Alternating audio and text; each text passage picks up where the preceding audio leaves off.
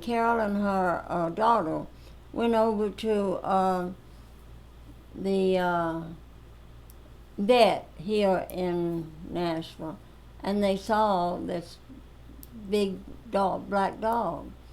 And they came home and said, Emmy, there's a dog over there that's beautiful. You really ought to go see it.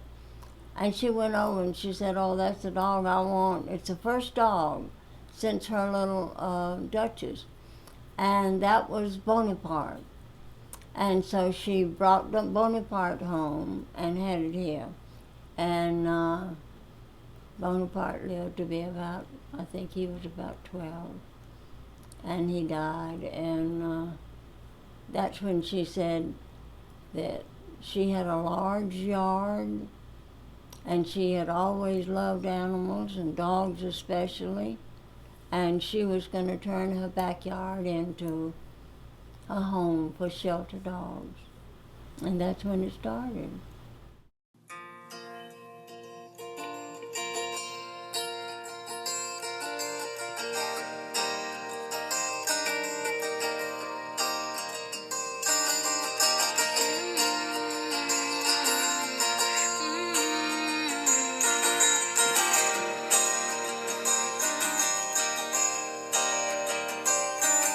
Say goodbye to the old street that never cared much for you anyway.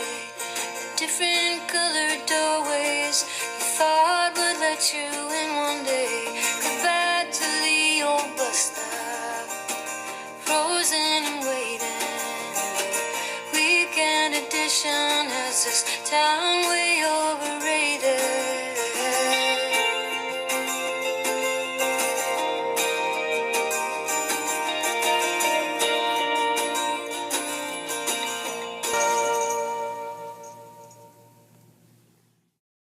Well, Bonaparte's Retreat is a dog rescue in Nashville, Tennessee, and they're a small rescue, and they have a small, close, knit group of people that have a lot of heart and a lot of passion for what they do. They work very long hours and they work really hard to really make life the best it can be for the dogs that they take in. My favorite thing about Bonaparte's Retreat is that they really focus on quality of life for the dogs. They treat their dogs that come into the rescue like they would if they were one of their own. And I think that makes them special and unique.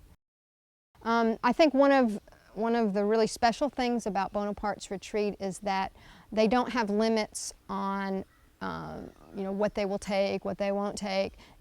They don't say, a dog's too old or a dog's too sick or anything like that. If a dog needs medical care, if a dog's 12 years old, they say, let's find him a home, let's bring him in, let's give him all the things that they deserve in life, and they make it happen. Older dogs a lot of times get overlooked, and a lot of people think 5 years old is old for a dog, and it's really not. And so a lot of these dogs get overlooked for adoption, and they really are, in many cases, the ideal dog. They've been housebroken, they're used to taking a lot of naps, they don't require a lot of exercise, a lot of attention.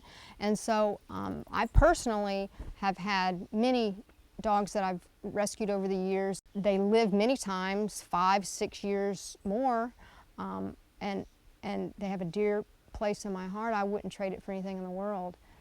Getting dogs adopted out is really, our ideal situation. Finding their forever home is, of course, what we strive for. But fostering can have, benefits as well for people that, can't make long-term commitments. If maybe they have a job that, they know in 6 months they may be moving or something like that, but they want a little companionship or maybe companionship for another dog that they already have.